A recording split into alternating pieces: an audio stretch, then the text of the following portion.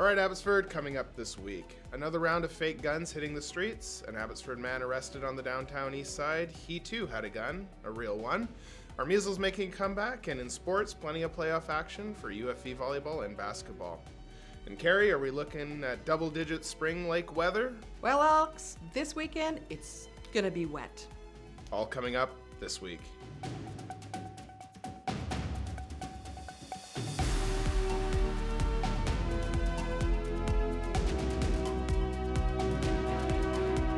Hello Abbotsford, it's me, not just doing sports this day, but I'm also filling in for Dawn. So, let's get started. The Family Day long weekend looked a little different for AbbyPD. 3 realistic-looking firearms/weapons were seized by AbbyPD patrol officers in just over 24 hours following a proactive traffic stop and 2 911 calls reporting individuals with guns in the community. AbbyPD reminding people that these calls are treated seriously and waving a fake weapon is not a good idea. Vancouver police officers working in the downtown east side as part of Task Force Barrage have arrested a man with a loaded gun. A witness called 911 last Friday afternoon to report a man with a gun near Main and Powell. A 33-year-old suspect has now been taken into jail. The Abbotsford resident was on bail at the time of his arrest and had conditions not to possess firearms, and as a press release, his name was not released. Now, over the past couple of weeks, U.S. President Donald Trump signed an executive order relating to transgender athletes in competition and in educational facilities. Abbotsford School Board trustee Jared White echoed Trump's comments on social media, and the expected firestorm erupted from his Facebook page.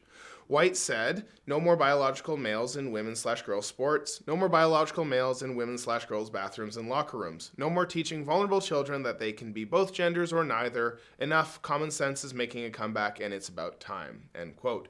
Abbotsford School Board has released a statement stating that White does not speak for the school board, and they also posted the code of conduct that all trustees must abide by.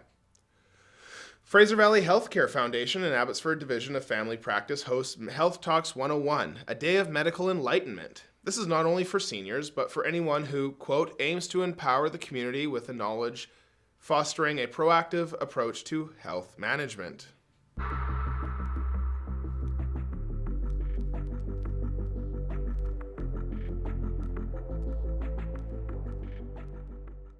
A new case of measles infection has been confirmed in the Lower Mainland. Fraser Health and Vancouver Coastal Health have determined the infection was acquired by a Fraser Health resident who traveled abroad to Southeast Asia. Public health officials from both health authorities are following up directly with individuals who are known to have been exposed to the virus. Members of the public may have been exposed to measles if they were on Air Canada Flight 66, arriving in Vancouver on February 11th.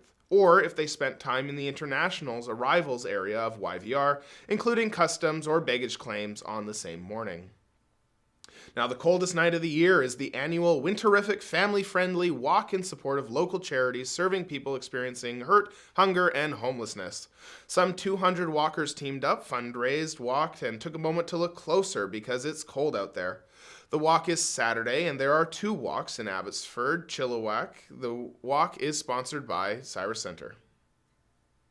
Something you may not know about the Abbotsford Police Department: Cheddar plays an essential role in victim services by providing comfort, support, and a sense of security to individuals who have experienced trauma.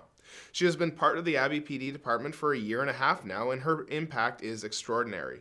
Some of her outstanding achievements include working with 65 victims of crime in Abbotsford and helping to reduce trauma, and supported clients in 25 police statements, primarily children.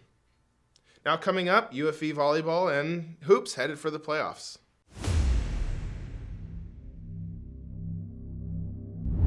And now in sports, starting with the Cascades, where the regular season is over for volleyball and basketball.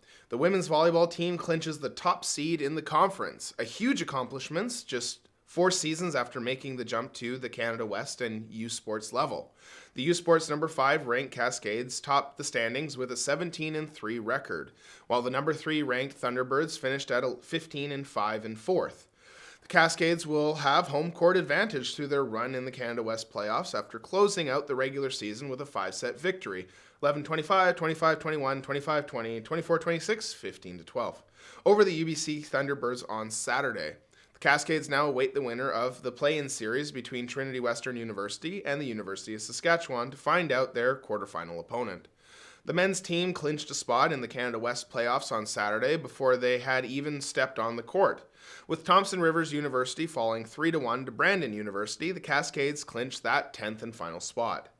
Once the match between the Cascades and Thunderbirds finally got underway, both teams had a chance to rest some key starters and get some valuable playing time for a few younger players. In the end, it was the Thunderbirds, though, taking it 3-0 to improve to 15-5 on the year, while the Cascades finished the season at 7-13.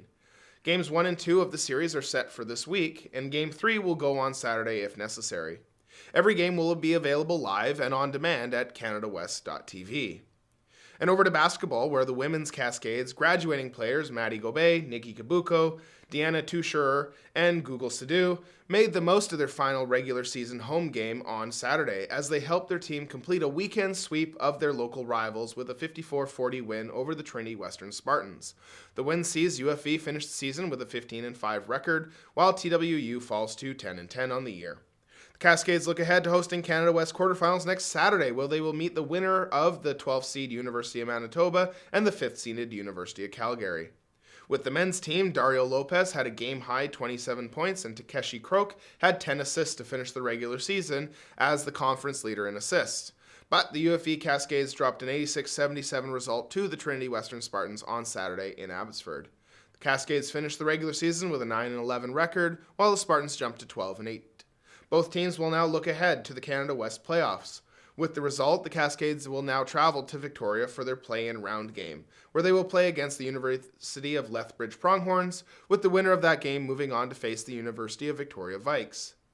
And in hockey, the first round of the PJHL playoffs are underway between Abbotsford and Chilliwack. Chilliwack took the first two games 7-0 and 6-5 at home. They play the next two in Abbotsford following the 2-2-1-1-1 format. Should games 5, 6, and 7 be needed, they would be this Sunday and next Wednesday and Friday. Now, a bit of a social media flurry over the past week from word that the WHL will expand into Penticton for the 2025-26 season. The new order will reportedly pay the Kelowna Rockets a $1 million penalty due to territory infringement. And the rumor has it that the Dub will expand into Chilliwack for the following season. A member of the Chiefs brass told abbyTV on the condition of anonymity that the team has not heard a thing about this, and they are the main tenants for the city-owned Chilliwack Coliseum. abbyTV has heard that an expansion team is reportedly worth $10 to $15 million just to enter the league. Any team in Chilliwack would have to pay $1 million to the Vancouver Giants in territory infringement, as they play out of the Langley Events Centre. The AHL and PJHL already play in Abbotsford, and the city is not on the Dub's radar. And lastly, Fraser Valley Flag football is underway. This is for boys and girls between the ages of 4 and 16. Go to Fraser Valley Flag football on Facebook for more information. That's your abbyTV Sports. See you at the game.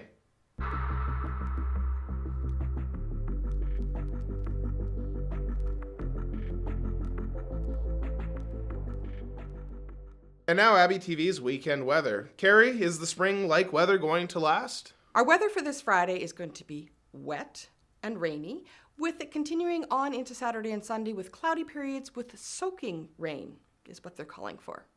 Monday, you might see the sun a little bit in the morning, but it's going to continue raining Monday afternoon and all day Tuesday, with Wednesday being your best bet to actually see the sun, and temperatures are going to get up to 13 degrees. Pretty nice. It's also going to be about 10 degrees the rest of the week during the day, but down to around 4 at night, so it's still a little bit chilly. Here's a fun fact for you. The last Wednesday of every month is actually Pink Shirt Day, or Anti-Bullying Day. This started in 2007 when students at Cambridge, Nova Scotia handed out 50 pink t-shirts to people because one of their classmates was actually bullied for wearing a pink shirt. This initiative has grown to over 180 countries participating worldwide. I have my pink shirt. Are you going to participate? Back to you, Alex. Thanks, Cari, and thank you for watching. If you have a local news story you'd like to report on, send us a note to news@chilltv.ca. Thank you for watching and have a great weekend. I'm Alex Eriksson.